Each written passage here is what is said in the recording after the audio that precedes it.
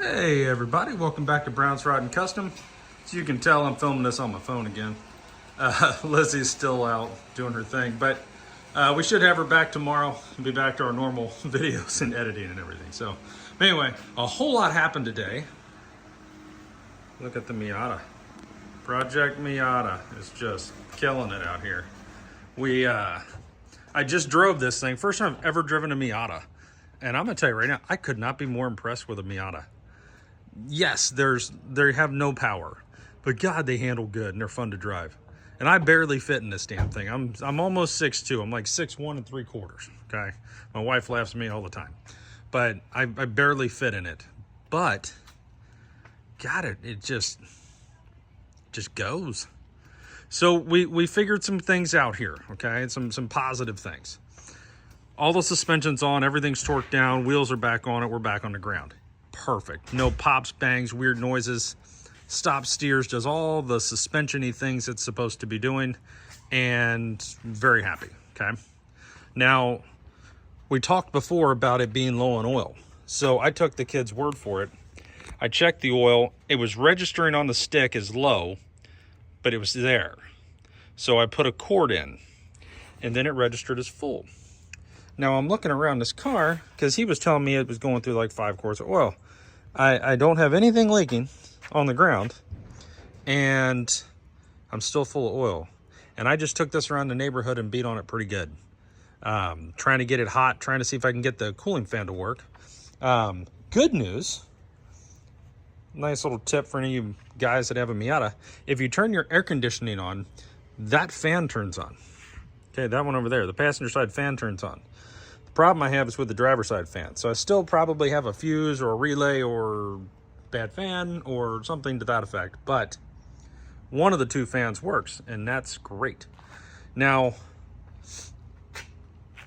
not having a 5 quarts of oil draining on the ground really gives me hope. So now I'm at a point with it where, hey, it runs pretty good. I mean, I would feel comfortable driving this down the highway 100 miles. I really would. Now, I understand what he's saying about it feels a little loose in the back because I haven't done the back yet, and it's got stock shocks with 73,000 miles on them and probably hard miles. And we're going to do everything we just did up front to the rear. But man, I'm actually excited to do it because I actually want to drive this damn thing and hit that corner again. We got a pretty much a 90-degree sweeping corner on one of these side streets over here that I hit at 50 miles an hour in a 30, which was, you know, whatever. And it just took it.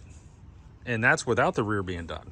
I mean, I was pretty happy with that. I didn't feel at any point that I was going to lose control or that things were going to go bad.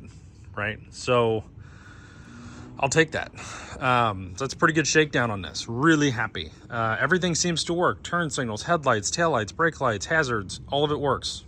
Awesome. I have some noises. I understand the noises that he was talking about. The exhaust on this is very tingy. He needs an exhaust. Honestly, if it was up to me, I'd put a header back on it. But that's me.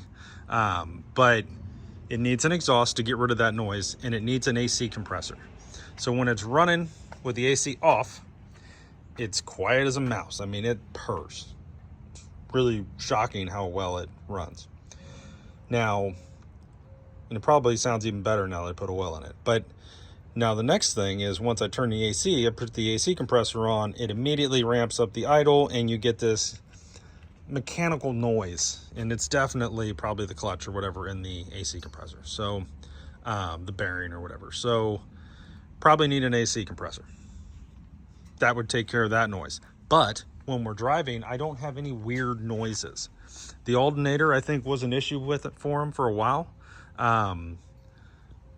We put a new alternator on it. Everything seems good. It's charging. Thing stays cool. Tracks straight. I'm still going to get an alignment on it when I'm done, but it tracks straight. I mean, I can let go of the steering wheel and it's dead straight. Doesn't pull left or right at all. So very excited with how this is going. Now, the one you all probably really want to know about, Project 1958 Chevy Apache. There's Big Ron. Say hi, Big Ron. Hey. So he has been very busy. So you guys saw this down here, this patch down here. Let me zoom in here so you guys can see it, back out or whatever. So that patch got done yesterday. That was the outer cowl patch. Today, he put in the inner cowl patch, right? Got a few minor things. Few minor things to do, he said, but for the most part, it's in. And for the most part, the floor's welded in and ground down, for the most part. Not bad. So we're getting there. He welded this up today. Got a little work to do here still, but that's when the door comes off, so we can actually get to it. But we're getting there. We still got to put this piece in, weld that in, but it's in there. It's where it needs to be. So going from that to this is a heck of an improvement. I'm really happy with that. So that's where we're at. Now, Big Ron, we were looking at this piece here that's rotted all the way across, about 48 inches long, okay? So what he did was he made this piece right there to kind of go up and in, right? Kind of like so. Now, the problem we have is this bend right here is, we can't bend it tight enough. It needs to be half of this before it bends. So we have a fabrication shop up the street that has all the things, and they've done some work for us in the past. They made the firewall for the 40 Ford, and really good guys, really reasonable. So we're going to go up there and take them that template, tell them we need something like that, 48 inches long, half of that, give them the specs, and see if they can make it for us out of 18 gauge, and have them stamp that out real quick for us, and then we'll have the patch. We will have effectively made the patch for the rear here. So that's in the works, which is exciting. I'm starting to look at things for this very differently than I was. I'm kind of shifting away from patch panels and kind of shifting into brakes, brake pedal, things that need to be mounted to the firewall and dash, all of that. So those things over the next few weeks will probably start happening a little bit. See where we go. I got to go on vacation next week, but, or this week. Is it this week? This week coming up. But Big Ron's going to keep putting in patch panels and filming and all that. So see how that goes. Him and Lizzie will try to do it. And if not, we will have the entire series on Project Miata will be coming out when I'm gone. So every day you'll have content that'll both include this and this throughout the past week and a half, basically. So anywho's, guys, we're getting there. Very happy with how it's turning out. I still need to order the door hinge pins, but yeah. So anyway, we got great news on the Miata, which is amazing, because I was hoping it wasn't, you never know. I mean, it could have been terrible, but it was great. So I'm real happy with that. If that was my car, I'd be super happy with it. I'd still want the rear done, rear suspension done, but I'd be really happy with how the front and the engine and transmission and everything else is acting here. So really happy with that.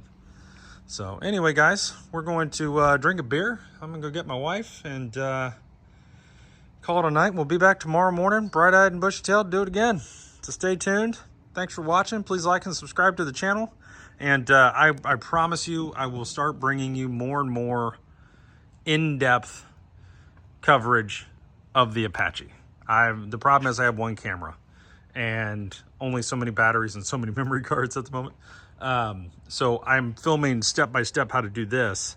But at the same time, Ron's doing this. I'm trying to get some footage of some of the big things he's doing, but like, I just don't have enough cameras to go around at the moment to do multiple cars.